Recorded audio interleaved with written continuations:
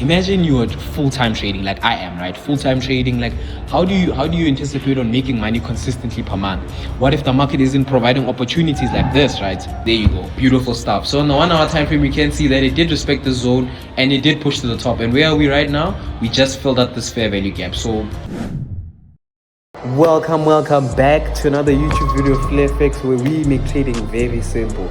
Now if you're new here, please make sure to click the subscribe button, turn on the post notification, because I post videos like this every Sunday, guys. So let's push this video to 50 likes, guys. 50 likes, it's good for the algorithm, guys.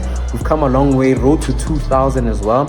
So guys, for the guys watching this video, the signals and the mentorship groups, the specials come to an end, but a lot of you guys have been asking me to push it maybe relatively to the 15th. So if you're watching this video on the YT like here, just understand that it will be pushed till the 15th. Just make sure when you hit me up, you let me know that okay, cool, you're interested in joining, guys, but nonetheless, let's watch the video till the end. Make sure to click the subscribe button, guys. All right, I hope everybody's doing good and well. So now we'll start off with gold, obviously break down the other pairs as well. So it's been a week of no clarity, guys. I won't even lie. Even in the signals group, like, there's really not that much we've been doing this week. We've just mainly been spectating more than anything for the past 2 weeks, I could say, right?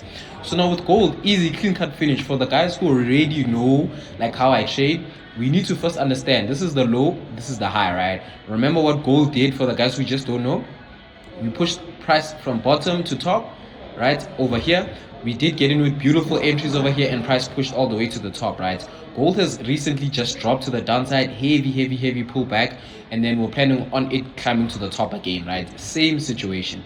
But now what we can see is that, okay, cool, now this is the new low and high, right? And we can see that gold has came and respected this zone over here, and has pushed to the top, right? So what we can see is that there were 3 consecutive bullish days, right? So this is good, especially after it respected the zone. For me, I wanted to see it come in a little bit deeper, but it's okay. We've respected this zone over here and we've pushed to the top, right? Now on the 4 hour time frame, we can see that, okay, cool, we got some movement to the top.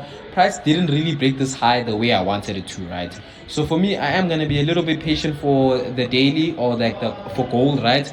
Maybe push comes to shove, like we patiently wait for entries over here, right? We go to the 4 hour time frame. We can see that there's this zone over here, right? Hopefully you guys can hear me. I am in a different I am in a different location today. I'm just really pushing the content for you guys, making sure that you get it. I'm also recording this on a Friday. Usually I record it on a Saturday, just have some things to do tomorrow. But this is what I do see for gold, like possibility, right, of it climbing to the top is there, right? Like looking at it from the daily time frame. On the daily time frame, we can see that, okay, cool, price has pushed to the top, has came all the way to the downside over here. This was NFP. This was yesterday. This was Thursday, right? You can see Thursday, 3rd of July, right? We can see that there's this zone over here, and then there's this zone over here, right? So when you go to the 4 hour time frame, what we can see is that price did come to the zone, respected, and pushed up, right? This is something we want to see, but we can see that right now it is respecting this fair value gap. So maybe entries, right, because I'm recording this on a Friday, maybe entries, you can come in over here, stop loss relatively over here, and then take profit all the way to the top over there, right? This is just mainly to allow gold to do its thing. There's a possibility that gold does keep on gold does keep on dropping. So this is for possibility of it climbing to the top, right? Coming over here with this zone over here, right? We can see that it has, this is some sort of a support, right? Prices came over here and bounced over here multiple times, so we'll see how it does perform. But right now I am liking, we see a bullish engulfing on the 4 hour time frame, a bullish candle on top of that, so it's telling us, and it did fill out the zone over here. Let's check the 1 hour time frame, right, just to see what we got on the 1 hour. Hopefully, like, it just thing is, there you go, beautiful stuff. So on the 1 hour time frame, we can see that it did respect the zone and it did push to the top. And where are we right now? We just filled out this fair value gap. So what is this? Re-entries already in a mist, guys. So I'm gonna just let the signals group know that it's time to jump in, and then hopefully holding it all the way to the top, and it being fruitful, guys, because with gold right now it's always so different. But this is what I do see for gold. Hopefully everything goes according to plan. Let me break down the next pair. All right, so this is USD JPY on the monthly time frame. You see, 1 month, this is the monthly time frame, guys. We're starting on the monthly time frame because this is something I want to show you, especially for currency pairs. Remember, guys, we are in the 3rd quarter now, right? So essentially we're moving with the last 2 quarters of the year, or the last 6 months of the year, right? But what we can see is that the JPY has pushed to the top over here and made this high, and then pushed to the downside over here. We're supposed to be actually making this a currency, right? Relatively like this. I know someone's gonna comment like, what is the currency one? This is the coordinates I do have for this guy. You can pause the video, take a screenshot, right?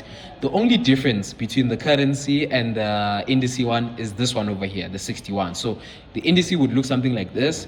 The currency looks like this, right? Indice like this, currency like this. Hope you guys understand it, right? So now, this is what we do have. Let me just see if I can show you guys once again so you can see. This is the indice, currency. Indice, currency. Beautiful stuff. Beautiful stuff. So this is what we do have on the monthly time frame. What I am anticipating is that it's gonna climb to the top, right? Look at the beautiful 73% zone over here. And then when we jump to like the 1 hour time frame, right? 1 hour time frame, bingo bango, right? We can see that price has what? Has sold to the downside over here. We're patiently waiting for it to fill this zone out over here, right? Over here, before we can get buys, right? So buys look valid for relatively over here, right, to the top over there, right? Beautiful stuff. This would be the first and last TP, right, on the hour time frame. Obviously you can hold it all the way to the top, but for me personally, I would say it's a very good one to just jump in and jump out, and then you can get in with multiple re-entries as price moves to the top. So this is of course on a Friday, guys. A lot of you guys will probably get this video once these entries have been fulfilled, but it's pretty cool that you guys can watch this next week and really see if you can still jump in if the opportunity arises, right? So this is what we do see on USD JPY, right, on the 4 hour time frame. Beautiful stuff. You just have to be patient enough to let it come to fruition, right? Even if you pull the Fibonacci from bottom to top, we can relatively see this is the zone it's telling us to enter off of, right? But we can see that this is the confirmed low, right? If you go to the 1 hour time frame, things look so much cleaner, as you can see, right? The 1 hour time frame, we know this is where we're supposed to be jumping in. So just a matter of patience, guys. Let's not rush anything. We just have to let the market come to us. Now let's go over to the next pair. All right. So this is NASDAQ on the daily time frame. For a lot of my indice lovers, guys, I will not be lying to you. Like, indices have been moving trash for the past 6 months, right? And it's usually like that. Usually it's for the first 6 months it's currency pairs, and the last 6 months is like indices. So in this situation, we can see that on the daily time frame, NASDAQ has pushed all the way to the top. It even broke this high over here, right? As you can clearly see, bingo bango, clean cut break of structure. So we understand that it's gonna retrace eventually, right? But in terms of entry, we can come in relatively over here like that, and then switch it over to indice, right? Bingo bango. So this is the entry we're supposed to be jumping in for indices, but the high isn't confirmed yet. This is why I appreciate recording the videos on a Saturday, because the market is already turned off, right? So now we're just waiting for NASDAQ to sink a little bit deeper for this high to turn red. Once this high turns red, like the daily time frame, for the guys who want this one is called swing points and FEG, right? Let me see if I can get, yeah, it's called swing points and fair value gaps, right? This is the what is this, the way I selected it, right? So you can come pivot candles, 2 tiny high, intermediate highs, intermediate swing lows, and then also imbalance color yellow, transparency 60%, you know, inputs in the status line, things like that. So it's easy for you to see this is a fair value gap, so you can wait for price to get to the zone. So we're patiently waiting for price to sink relatively over here, right? And then we jump in with buys over here, right? Stop loss maybe relatively over here, or just even here, right? Depends if there's any fair value gaps on the 4 hour time frame. As you can see, beautiful stuff. We do have a fair value gap. So what I would say is, just, you can see that it ends over here, right? So we can anticipate that price could drop as far as that. So that could be your stop loss, right? So we'll wait and see how price does push to the top, guys. But at the end of the day, these are things that we just need to be patient of. It is a Friday, guys, but we will see how NASDAQ does perform throughout the week. But for now, maybe I'm not breaking down like another currency pair, but like talking more about psychology, guys. Like, I think right now as traders, psychology is the biggest thing that we struggle with. I've noticed this with my clients, and the thing is, it's very sad to see a trader who's very, very good, but psychologically they're not in a very good place to execute those things, guys. So before anything else, I want you guys to understand, number one, right? With trading, it's always a situation where it's a performance sport. You need to look at yourself as a basketball player, soccer player. You make money based off of your performance. Understand that money is like a certificate of performance, basically. So the more money you have as a trader basically tells you that you're performing very well. Right now, you need to understand as well, guys, with psychology, the best way to perform in an optimal thing is not to trade in a sense of desperation. Now, for example, a lot of guys are struggling with money. Obviously, you're trading because you want to make more money, guys, but trading is so much different. Trust me, I know. Trading is so much more different when you have different multiple streams of income. You're not reliant on, oh, I need to make X amount of money over here. I need to make X amount of money here on this setup, right? It's like you're solely trading based off of the skill, and which a lot of you guys have. I would even say most of you guys watching this video right now know how to trade better than I do. The only difference between me and you is the psychology. You also need to understand, guys, like a trader psychology, you're not born with it, right? It's something that you have to nurture and build yourself, right? And it obviously takes time. And this is why I say, like, it doesn't make sense as a trader for you to jump in the first year. And I think all of us understand this. You can't get to a matter of consistency in a year. It's possible, right? But like the amount of habits and the amount of things you need to build for you to sustain yourself, right? Because you need to understand, easy come, easy go, right? And the only reason why you're struggling so much is because you're building a lot of things that are going to help you. Like, imagine you're full-time trading like I am, right? Full-time trading, like how do you anticipate on making money consistently per month? What if the market isn't providing opportunities like this, right? Like this, how are you going to be making money consistently, right? These are the types of questions you need to be asking yourselves, right? So if you're someone watching this and want to be a full-time trader, like my advice is 9 to 5 is the way, guys. As much as social media, it's social media that I play in, like it puts it in such a weird place that says, nah, 9 to 5 is this and this. Like if you're watching this, if you already have a 9 to 5, beautiful stuff.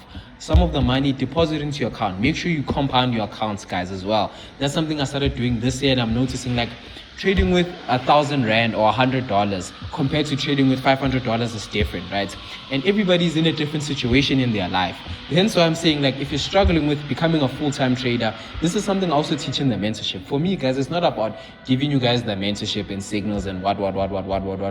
It's also giving you guys the tools and the ability to move along yourself, because that's the plan right now. It's like, I want all of you guys to have your own Flare FXs, your own YouTube channels, your own mentorship groups, your own thing the right way, guys. We can change the whole narrative of being a forex trader being a scam. Obviously, guys, I'm not gonna come here and change the whole industry, right? But the fact that like I have some sort of impact and you are watching this video right now, like the only thing I can share to you right now is understand, number one, the trader's psychology is something that you're not born with, right? It's against us as humans to be traders, right? So you have to understand, you have to switch a lot of the things, greediness, patience. Those are the things that you need to really like boil down, right? Secondly, understanding that like patience is also a big thing. Like no matter how much effort you can put in, no matter how many times you can craft, no matter how many times you can like be consistent, you have to understand certain things genuinely do take time. I've been doing this close to 3 years now, moving over to my 4th year. I started trading 2022, right? And it's 2025 now, right? So you need to understand, guys, I didn't just wake up and become that trader. And also I do take losses too, guys. I don't want to come here and be this trader that shows you all the wins. There's losses, right? But the only reason why I'm still here is because I can still survive, guys. The goal here is to survive. I'm not saying come here and blow your accounts, but you need to also understand as a trader, survival is what's going to get you to consistency. If you can still come tomorrow, the next day and trade. Hence why risk management is such a big factor, guys. But that's one of the things I did want to mention in today's session. Like I really wanted to touch on psychology a lot because I'm noticing everybody can trade, guys. A lot of you guys, technically you guys are monsters on the charts, right? But it's where it gets here, right? Because let's be honest, guys, the strategies that I trade, this strategy that I trade is on YouTube already. Like, you get what I mean? So it's those types of things that you do need to understand, guys. But nonetheless, thank you for watching till the end. It is Mr. Flair signing out.